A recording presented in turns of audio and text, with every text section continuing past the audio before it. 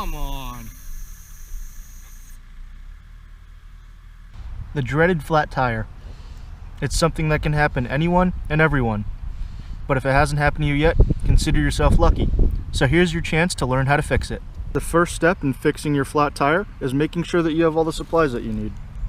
Some of the basic equipment that you'll need will be a spare tube, tire levers, a hand pump or CO2 inflator, a patch kit or tire boot, and a bag to carry everything in. Now we can actually get started on fixing this flat tire. The first step you'll need to do is release the brakes. And you can usually do that by squeezing the two arms of the brakes together and pulling the elbow out. Then we'll need to open and loosen the quick release skewer. And the wheel should just pop right off. So now that our wheel's off the bike, we can begin to use one of our tire levers to pull the bead off the rim of the wheel. To do that, you're going to be using your tire lever in a scooping motion to pull the first section of the bead off the rim. Once you've done that, you can then move the tire lever all the way around the rim, and that'll push the bead off the rim of the wheel. Now you should be able to just pull that old flat tube out of the rim like this.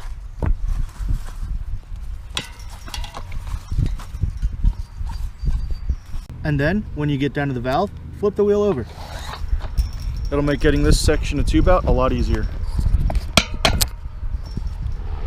Now we can just throw this tube away, but don't just throw it in the grass or in the woods. Put it in your pocket or back in your saddlebag, because you don't just want to throw garbage anywhere. And now you're not just going to want to put your new tube back in and inflate it. You're going to want to make sure that you clear any of the debris that's in the tire that caused the flat. Make sure you get that out. I like to use my tire lever and just run it along the length of the tire to make sure I scoop anything out. You can use your thumb or any of your fingers or your hand, but you risk cutting it on glass or rocks or anything that's sharp or stuck in there. Fitting your new tube can be easy, and essentially all it is working backwards from the process to pull it out. The first step is to make sure that this valve stem makes it through the hole that it's supposed to go through. And you can see that here. Once you have your valve stem fit into the proper hole, you can begin to fit the tube back inside the tire. And you can begin right above the valve stem by placing the bead of the tire back over the tube. And you can fit the rest of the tube back inside the tire.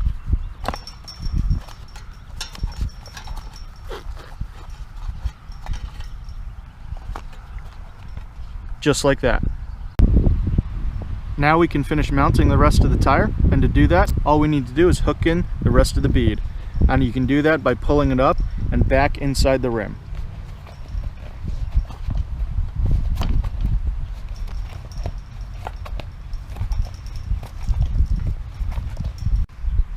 Now that the tire is properly mounted, we can begin to reinflate the new tube inside the tire. And to do that, I prefer to use the CO2 method because it's a lot quicker and you don't waste so much time with the little hand pump just sitting there pumping away.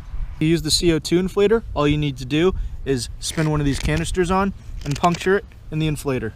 Then, once you get to the valve stem, you just push up on it and it will inflate the tire immediately.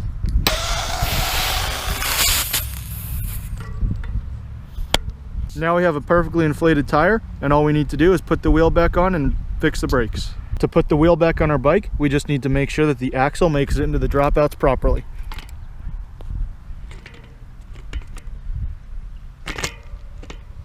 Just like that. And if your bike has disc brakes, make sure that the rotor makes it back centered into the caliper. Now we can close the quick release again, and to do that, all you need to do is hold the nut on the left side and spin the lever on the right side a few turns until you feel tension at about halfway when the lever's closed. Once you feel that, you can just clamp down the lever again, and when you're putting on the quick release skewer, you don't just want to use this lever as a wrench and tighten it down like a lot of people do, like that, because then the quick release lever is still open and it doesn't create enough tension on the wheel to keep it into the dropouts.